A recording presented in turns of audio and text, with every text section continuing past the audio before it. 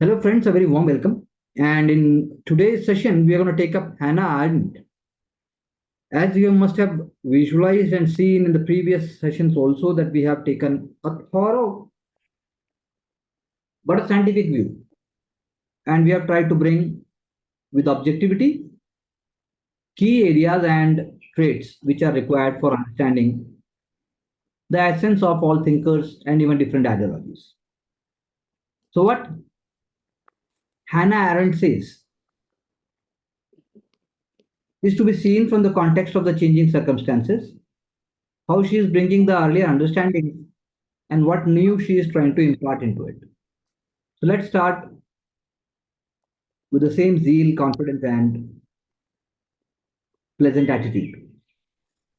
Yes, thank you, sir. So we had taken up several ideology, starting from liberalism, then fascism, uh, and at the same time Nazism, nationalism,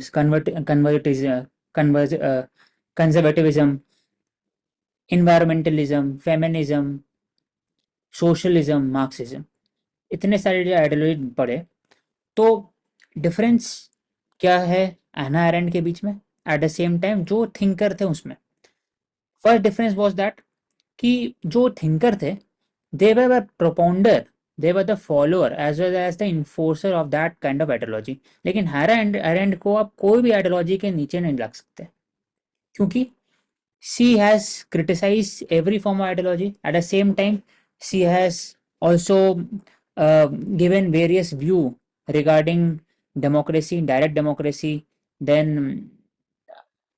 on view on power totalitarian principle Nazism at the same time her view on work and ethics.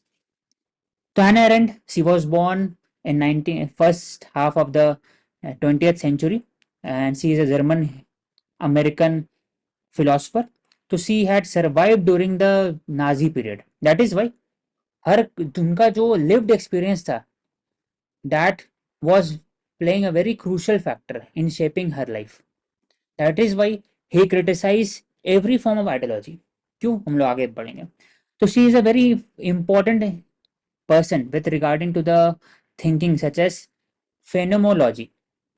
उन्होंने criticise किया कि जो भी ideology है for example liberalism Marxism है उसमें हम लोग ह्यूमन को एज अ सब्जेक्ट देख रहे हैं एक लिबरल थॉट है उसके अकॉर्डिंगली पूरा ह्यूमन लाइफ को ढाल रहे हैं एक्सेप्ट कर रहे हैं अडेप्ट कर रहे हैं लेकिन what about the perspective what about the lived experience of the subject itself for example Marxism में वर्कर का बात कर रहे हैं पेजेंट का बात कर रहे हैं लेकिन from the perspective of peasant उनका एक्सपीरियंस क्या है तो सब्जेक्टिविटी और लिविंग पर्सपेक्टिव और आइडियोलॉजी से डिस्कस उसको बोलते हैं फेनोमेनोलॉजी वो बात करती है रिगार्डिंग कि what ideology what extreme form of ideology leads to तो टोटलिटेरियन प्रिंसिपल जो इटली में फासिज्म है at the same time nazism in Germany even militarism of Japan and as well as General Franco उनका जो एक फ्रांकोइज्म और फिर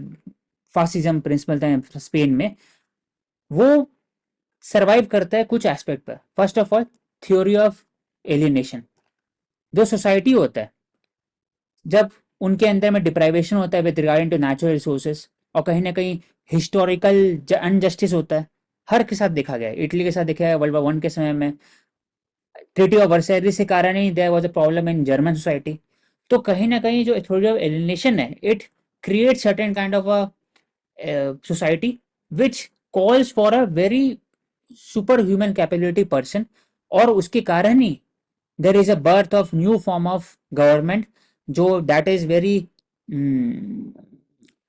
very authoritarian as well as very powerful in nature तो उसी की बात करते हैं कि जो टोटलिटेरियन प्रिंसिपल है it it is based on people's view on ideology at the same time when ideology is unrestricted militarism when the private body and the public body it is very submerged दोनों के बीच में कोई difference नहीं बचेगा everything will be decided by the government तो वो principal टोटलिटेरिज्म है फिर लेकिन उसके अंदर भी से डिस्कस कि जो एक आइडियोलॉजी हो गया उसके अंदर हर एक इंसान का एक लिव्ड एक्सपीरियंस क्या रहा है, उसके बेसिस पर उन्होंने दो एस्पेक्ट पर बात किया, पावर के ऊपर और बैनलिटी ऑफ इवल के ऊपर।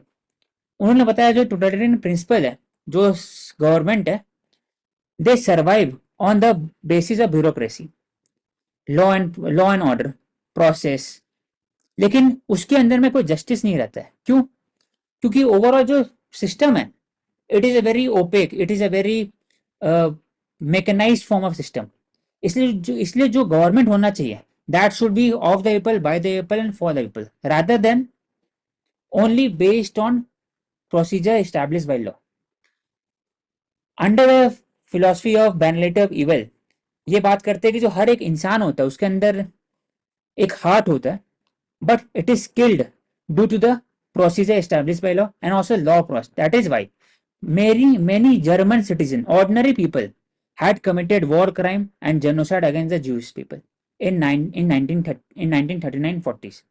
क्यों? क्योंकि वो सिर्फ और सिर्फ अपना ड्यूटी फॉलो कर रहे थे। सो से डिस्कस कि rather than following the established principle, we should apply our own mind.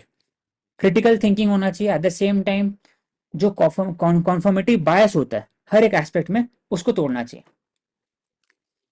Further see discuss जो गवर्नमेंट होता है in the fascism nazism, it is based on highly scientific and rational thought, जिसमें human element बहुत कम रहता है, objectivity, और at the same time जो स्टैटिस्टिक्स उस पर डिसाइड होता है, फॉर एग्जाम्पल सोशल डार्विज्म।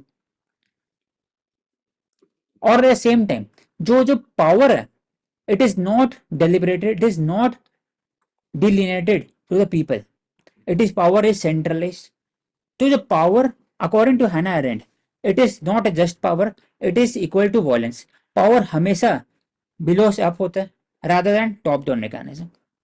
तो according to her, she also distinguish between the two types of authoritarian principle, for example Stalin and nazism. Stalin में उन्होंने बताया कि पार्टी डोमिनेट करता है, नासिज्म में वन मैन फ्यूरर वो डोमिनेट करता है। Stalinism based on Marxist principle, nazism socialistic principle रहेगा, लेकिन at the same time nihilistic जो फ्रेडरिक नीश का कॉन्सेप्ट है उनका रहेगा, at the same time social Darwinism रहेगा। Stalinism they will focus much more on labour, उनका इकोनॉमिक रिवॉल्यूशन है, नासिज्म का रेशियल रिवॉल्यूशन है। तो see also distinguish various form of authoritarian system. Second principle जो हैना अरेंट का है with regarding to human condition, 1958 में उन्होंने एस्टैब्लिश किया था। दो प्रिंसिपल्स के अंदर में वीटा एक्टिवा एंड वीटा कॉम्प्लेंटिव। जो platonic sense of ethical moral ideas है, वो बात करते हैं कि जो फिलोसफर किंग है, he will be the sole enforcers of law, sole arbitrator and also sole initiator of law. उसके लिए philosophy is very important. Philosophy को हमेशा उन्होंने ऊपर रखा है, नीचे में बाकी सबको रखा है, लेबर को, नॉर्मल को। लेकिन अकॉर्डिंग टू हैना अरेंट, उन्होंने Vita Activa that is physical labour, physical form of labour को उन्होंने ऊपर रखा है रादर देन फिलोसफी। तो ये डिफरेंस है हैना अरेंट और प्लेटो के बीच में। फिजिकल के अंदर में तीन एस्पेक्ट है, एक होता है labour, work and action. Labour is very important for sole survivor. For example, अगर इंडियन ट्रेडिशन के हिसाब से बात किया जाए, रोटी कपड़ा मकान, सेल्फ सफिशिएंसी, खुद के लिए परिवार के लिए, वो लेबर हो गया। वो एक एनिमल लाइफ है लेबर में, कि आप प्रोक्रिएट कर रहे हैं, आप एक नॉर्मल जिंदगी जी रहे हैं, और ऊपर से आप बेसिक नेसेसिटी पूरा कर रहे हो, लेबर हो गया। According to her, work is creation of tangible object, for example creation of a infrastructure, painting से लेकर के आर्टिस्टिक डिजाइन, सब चीज वर्क में आ गया। लेकिन जो एक्शन है, it is a social reform, it is social movement for change in society. For example, कुछ political change, social change, example India में राजा राम मोहन राय, महात्मा गांधी, तो वो सिर्फ अपने लिए नहीं किए, लेबर हो गया अपने लिए, सिर्फ वर्क हो गया, कुछ क्रिएटिव एस्पेक्ट हो गया, लेकिन एक्शन हो गया वो सोसाइटी के लिए किया। तो अकॉर्डिंग टू हर, एक्शन को उन्होंने ऊपर रखा, वर्क को नीचे, फिर सबसे नीचे लेबर हो गया। Then at the same time on revolution, she has distinguish between American revolution and French revolution. उन्होंने बताया कि जो फ्रेंच रेवोल्यूशन है it is due to the violent uprising. तो वायलेंट का प्रॉब्लम क्या होता है कि काउंटर अपराइजिंग होता है उसके अंदर में, एट द सेम टाइम जो अपराइजिंग करते हैं उनके अंदर में भी एक अथॉरिटेरियन प्रिंसिपल आता है, एटीट्यूड आता है, जो दिखता है बाद में when the government is form, जो दिखा था फ्रेंच रेवोल्यूशन के बाद में भी during the French directorate as well as rule of Robespierre, जो खुद को एक इनलाइटेंड डिक्टेटर मानते थे। उसके बाद फिर नेपोलियन कोड आता है, उसमें भी कहीं ना कहीं एक अथॉरिटेरियन प्रिंसिपल दिखता है, लेकिन अमेरिकन डेमोक्रेसी में नहीं दिखा, अमेरिकन रेवोल्यूशन में नहीं दिखा, क्योंकि it was a transformation, it was power delineated to the people, by the people and for the people. कहीं ना कहीं चेक्स एंड बैलेंसेस था। तो according to the her, revolution should be transformative rather than violent. फिर regarding the modernity of the capitalist mechanism, तो उसमें से criticise की जो मॉडर्न सोसाइटी है it is based on exploitation of the labour as well as capital as well as resources. उससे क्या होता है, जो माइंड है it is based on greed, और it is also based on approval from society, approval from outside. कहीं ना कहीं आपका जो सेल्फ आइडेंटिटी वो खत्म हो जाता है, जो एक क्रिएटिविटी वो खत्म हो, क्रिटिकल थिंकिंग खत्म हो जाता है, हर बार आप ड्राइव रहते हैं towards the economic prosperity and wellbeing. Example, जो ट्रेंड चलता है हर एक चीज में, चाहे वो क्लोथिंग का हुआ, फिर कोई भी लग्जरी गुड्स का हो गया, कोई सब में चीज में, तो जो modernity it creates a homogeneous mindset. तो according to her, creativity should be promoted. Regarding power से डिस्कस की, जो पावर है उसमें अगर वायलेंस है, उसका अथॉरिटी है, it is not a power. Power should be bye the people. नीचे से आता है पावर टू द पीपल होना चाहिए। पावर आप किसी को कुछ अच्छा काम करने के लिए कर रहे हैं, कंस्ट्रक्टिव वर्क करने के लिए कर रहे हैं, रादर देन की पावर ओवर द पीपल, आप किसी को दबा रहे हैं। For example IPC, it is power over the people. At the same time अगर आधार है, it is power to the people. Aadhaar के थ्रू आप किसी सब्सिडीज दे सकते हैं और किसी को आप इकोनॉमिक प्रॉस्पेरिटी और वेलबींग ला सकते हैं। तो दो टाइप का पावर होता है। तो according to her, power to the people is supreme, वो ही होना चाहिए। वो कब होगा, जब when there is a deliberative democracy, participative democracy, and when there is a just society. तो ये 5 एस्पेक्ट था हैना अरेंड के। We have discuss her views on phenomenology, lived experience, then totalitarian principle, authoritarian principle, difference between Stalinism, Nazism, then human condition, on revolution, on power, and the same time critic of capitalism। ये हैना अरेंड हो गया। हैना अरेंड को क्यों controversial बोला जाता है, क्योंकि उनको कभी भी आप साइलोस के अंदर नहीं रख सकते। वो हर एक एस्पेक्ट उन्होंने क्रिटिसाइज किया, फ्रेंच रेवोल्यूशन को भी क्रिटिसाइज किया, अमेरिकन को भी किया, कैपिटलिस्ट को भी किया, मार्क्सिस्ट को भी किया, यूएसआर को भी किया, यूएसए को भी किया, फासिज्म को भी किया, नासिज्म को भी किया, लिबरलिज्म को भी किया। एट द सेम टाइम से डिस्कस कि पीपल ओरिएंटेड होना चाहिए हर एक चीज, क्रिटिकल थिंकिंग होना चाहिए। तो उनका जो थॉट प्रोसेस है it is based on 3 aspect, एकदम बेसिक में अगर बोला जाए तो सब्जेक्टिव एक्सपीरियंस, दूसरा power to the people, at the same time critical thinking. ये 3 चीज हैना अरेंड को डिफाइन करता है एज अ मॉडर्न थिंकर। और इन्हीं का एलिमेंट क्रिटिकल थिंकिंग, सब्जेक्टिविटी, इसी का एलिमेंट लिया गया in the post modernist thought, जो हमने पहले किया था कि पोस्ट मॉडर्निज्म के अंदर में critical race theory, critical gender theory, post colonism, multiculturalism, सब में critical aspect of modernity, critical aspect of establish ideology, सब में। तो कहीं ना कहीं इनका भी एक इन्फ्लुएंस है। तो we have completed Hannah Arendt and regarding all the ideology we have discuss. तो अब जब डिस्कस कर ही चुके हैं तो पहले बताना, सब सोचते हैं कि आइडियोलॉजी पहले है क्या। तो अलग अलग थिंकर थे, for example Karl Popper, Hannah अरेंड, Lenin, Gramsci, Nozick, then फिर हो गए रॉल्स हो गए, उसके बाद फिर हबरमास हो गए, और भी जो कार्ल मार्क्स हो गए, और भी इंपॉर्टेंट थिंकर नहीं, फ्रेडरिक नीशे हो गए।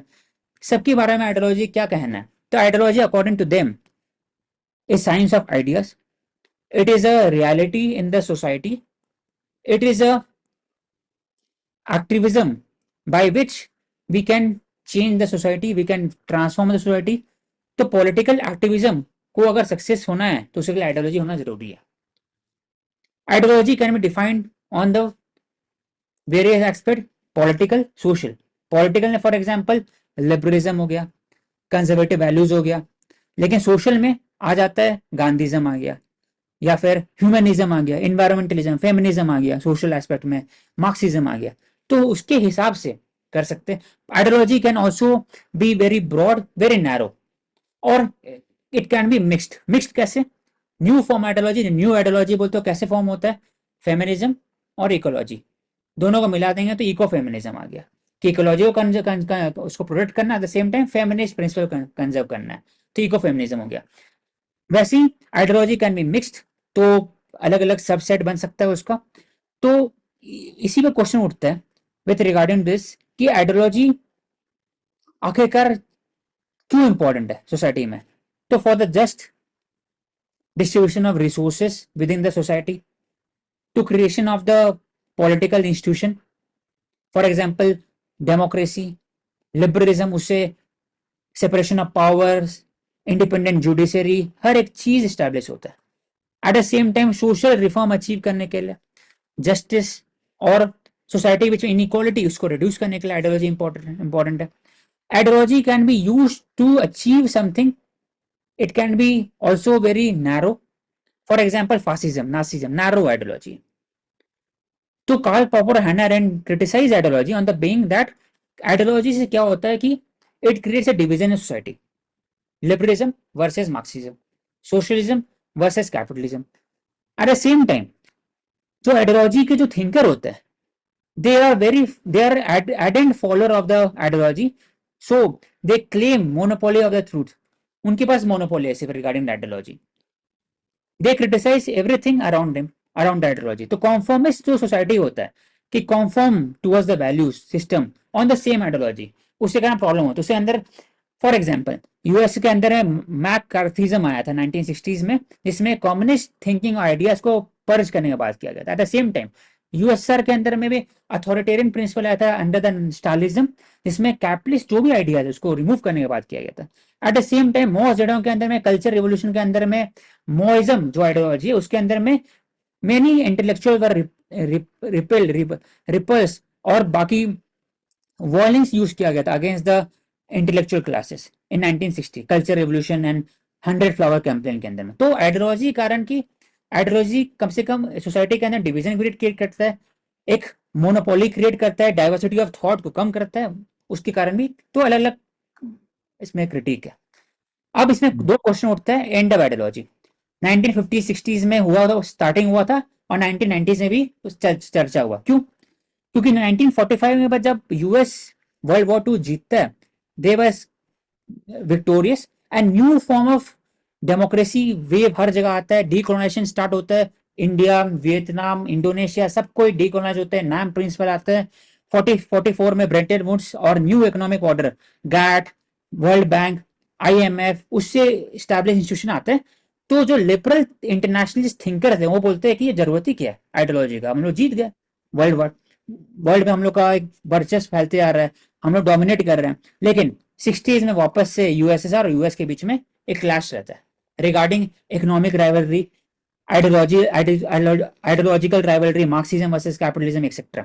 तो डैनियल बेल के अकॉर्डिंगली उन्होंने बताया कि आइडियोलॉजी जो है वो उस समय डिक्रीज हुआ 60s में, और 1990s में उन्होंने फिर बताया कि अब जरूरत ही क्या है, फिर से यूएसए टूट चुका है, वापस से डेमोक्रेसी का वेव आया है, हर जगह एक डेमोक्रेटिक प्रिंसिपल आया है, कैपिटलिस्ट जीत रहा है, न्यू लिबरल थॉट आ रहा है। अब इंडिया भी एलपीजी रिफॉर्म की तरफ जा रहे हैं, फिर यूरोपियन यूनियन बन रहा है उस 1992 मास्टर ट्रीटी के अंदर में, यूएस का हेजेमनी रह गया, तो हम लोग जीत चुके हैं, तो लिबरल वॉल्टर जीत चुके हैं, तो आइडियोलॉजी क्या जरूरत। तो उन्होंने बताया एंड ऑफ आइडियोलॉजी में क्रिटिसाइज किया कि जो न्यू आइडियोलॉजी है it is a mix ideology, कोई प्योरिटी खत्म हो चुका है, हर सोसाइटी अपने आप को एडजस्ट कर पा रहा है। फॉर एग्जाम्पल इंडिया, वो सोशलिस्टिक भी है, कैपिटलिस्ट भी है, तो कोई प्योरिटी नहीं रहा। पहले यूएसआर के अंदर प्योरिटी था, नॉर्थ कोरिया में प्योरिटी है, लेकिन अब प्योरिटी रहा नहीं, एडजस्टमेंट रहा, तो प्योरिटी कम हुआ। There has been a pragmatic attitude of several political party, there has been an interdependence of several ideology to each other। तो कोई भी आइडियोलॉजी खुद सर्वाइव नहीं कर सकता है। At the same time post truth और पोस्ट इंडस्ट्रियल सोसाइटी के अंदर में there has been more focus on new ideology, for example ecology, feminism, eco feminism से लेकर बाकी सब। तो आइडियोलॉजिकल जो डोमिनेशन है वो कहीं ना कहीं सबमर्ज हो चुका है पहले। लेकिन रेट माइल और मैकफर्सन ये बात करते हैं कि एंड ऑफ आइडियोलॉजी जो डैनियल बेल ने कहा है वो खुद ही एक आइडियोलॉजी है। वो भी कब उन्होंने स्टार्ट किया, उन्हें वो क्रिटिसाइज करते हैं कि जो वेस्टर्न कंट्रीज है, वेस्टर्न थिंकर है, they are talking about end ideology after 1990s, जब जब पोस्ट कॉलोनियल सोसाइटी आ रहा है, when they are criticising the western domination, तब वो बात करते हैं एंड आइडियोलॉजी के ऊपर में। जब there is increase of multilateralism, there is rise of China और post colonial society, post modernism, तब वो बात करते हैं एंड आइडियोलॉजी नहीं। तब according to Macpherson, ideology is very much important. It gives representation to the African countries. At the same time, it gives representation to the marginalized section of society. आज कहीं पर भी जेंडर वायलेंस होता है, for example Calcutta में हुआ, तो वो पूरा इंडिया में उसका रिपरकशन दिखता है। यूएस में कुछ होता है अबॉर्शन से रिलेटेड तो इंडिया में आता है, रोड वर्सेस इंडिया में आता है। ब्राजील में अगर कहीं आग लगता है, फॉरेस्ट फायर होता है, इंडिया में भी इसका रिपरकशन आता है। तो कहीं ना कोई आइडियोलॉजी और ग्लोबलाइजेशन मिक्स है, और globalisation has also increased ideology, और it has made people aware more regarding the new form of social reality. तो वो बात करते हैं कि जो आइडियोलॉजी है it is very much important. उसके बाद एक लास्ट कॉन्सेप्ट है end of history debate. Same 1990 से में आता है, फ्रांसिस फुकुयामा वो बात करते हैं कि अब तो यूएस जीत ही गया है, अब क्या जरूरत है पूरा। तो उन्होंने वो बात करते हैं कि अब यूएस जीत चुका है, कैपिटलिस्ट ऑर्डर जीत चुका है, सब यू बनते आ रहे हैं, इंडिया बाकी सब जो, चाइना भी सोल कम्युनिस्ट नहीं है, वो भी स्टेट कैपिटलिज्म की तरफ जा रहा है, रशिया भी धीरे धीरे ओलिगार्की कैपिटलिज्म की तरफ जा रहा है। तो वो बात करते हैं कि तो क्या जरूरत है, हिस्ट्री खत्म हो गई तो हिस्ट्री रुक गया। लेकिन at the same time there has been increase of China, multilateralism बढ़ते हैं, रशिया यूक्रेन वॉर के समय में वापस बाद में बात हो रहा है। यस, फिर से जब कोविड आता है तो फिर से, यस, फिर से there has been increase Asian interference, Asian का रोल आ गया रादर देन डब्ल्यूटीओ। तो फिर से बात होता है कि there is a need for ideology, और at the same time new form of ideology क्या है, मिक्स आइडियोलॉजी है, मतलब कहीं प्योरिटी नहीं डिबेट है। यस ये वैसे ही डिबेट है जैसे आप कहते हो क्लैश ऑफ सिविलाइजेशंस, वैसा ही है। हाँ यस क्लैश ऑफ सिविलाइजेशन तो होगा ही। यस आई एम आप इसराइल, हाँ हाँ आप इसराइल में ये देख लो। हो सकता है क्या कि कह रही not हो? having an ideology is also an ideology. वाह, I like the point. Yes, not having an ideology is also an ideology. सही बात है। तो क्रिटिक है ना ये सारे के सारे। तो लास्ट वाला पॉइंट देखिए अभिषेक, एक बार फिर से come to the last point जो आपने बोला, क्रिटिसिज्म तो करिए अब इसका। राइज ऑफ चाइना हो हाँ गया, ग्लोबल ऑर्डर हो गया।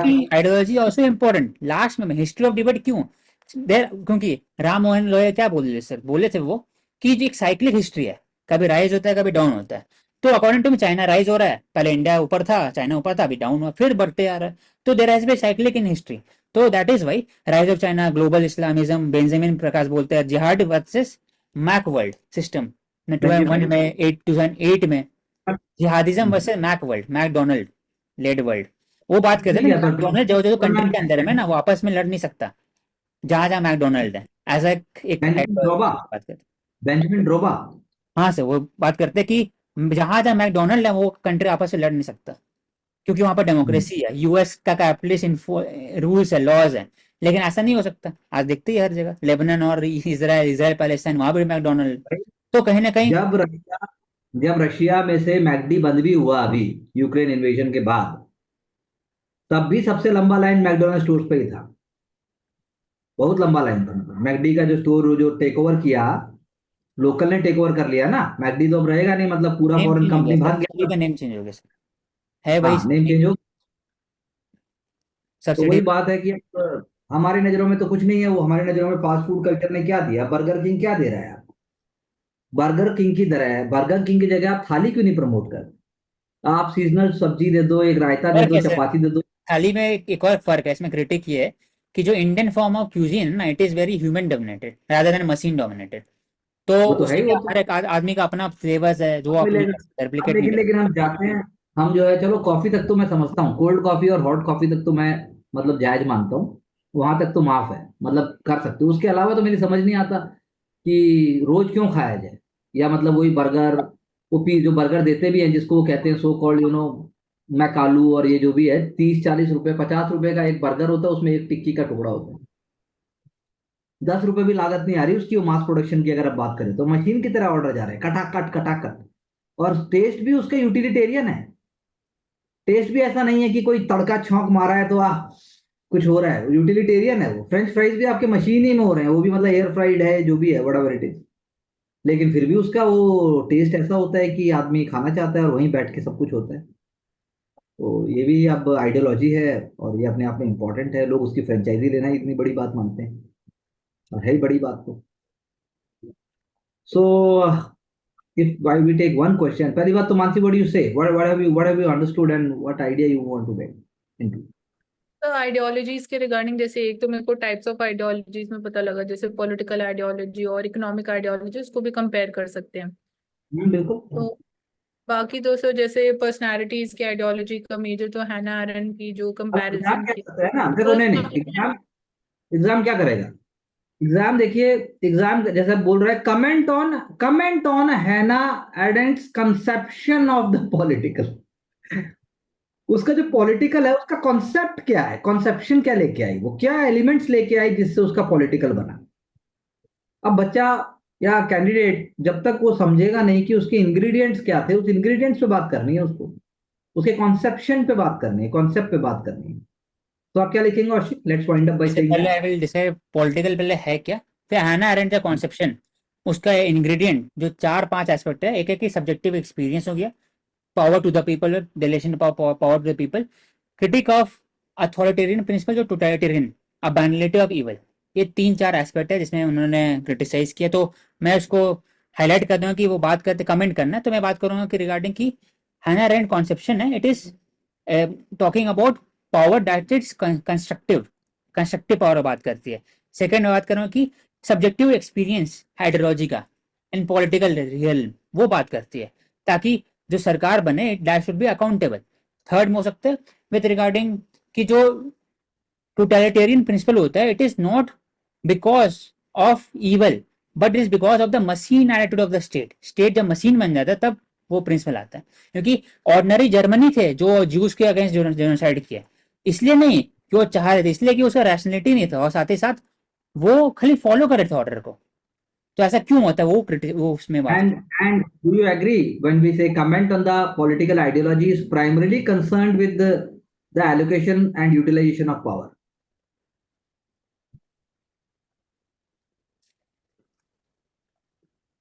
Do you comment agree? मतलब हाँ, what do you say? Primarily concerned. से पॉलिटिकल आइडियोलॉजी से कुछ भी सोसाइटी के अंदर चेंजेस आ रही है, सोशल रिफॉर्म चाहिए, सब चीज चाहिए, उसके लिए पावर चाहिए। तो base power is ingredient of political ideology. अब उसके अंदर यूटिलाइजेशन ऑफ पावर डिपेंड करता है कि क्या सब कर रहे हैं अकॉर्डिंग टू हैना अरेंट, फिर या फिर बाकी लोग के हिसाब से वी कैन डिस्कस कि कैसे एलोकेशन पावर होना चाहिए, यूटिलाइजेशन कैसे होना चाहिए, ओवर है, But, वॉलेंस है कि but टू है, ऐसे कर लेकिन आप एग्री करते हैं ना, मतलब आप इस बात को आगे बढ़ाएंगे कि political ideology primarily concern with allocation and utilisation of power, ये आप बात मानते हैं? हाँ, इंग्रेडिएंट है, वन ऑफ द मोस्ट यही बात तो है। इम्पोर्टेंट। पावर समझ आए तो पावर मतलब समझ आए, it's very, I think the understanding of these topics and concepts, they help us in understanding what really power is and how we can utilize that. So I think it was wonderful, very simple, and in flow you were able to say so. We'll be picking up more and more topics in such direction and try to bring them to the logical conclusion. We'll be raising the level also in the coming series, and different kind of these micro themes helps us to raise our level and to help spread the right word and the right idea. And it is open for one and all. We always try to promote good values, good ideas for everybody, and there is no substitute to discipline and command, connectivity with self, confidence, and clarity. So thank you one and all for understanding and for joining and for making your own notes. Wishing all of you all the best. Thank you very much. Thank you sir.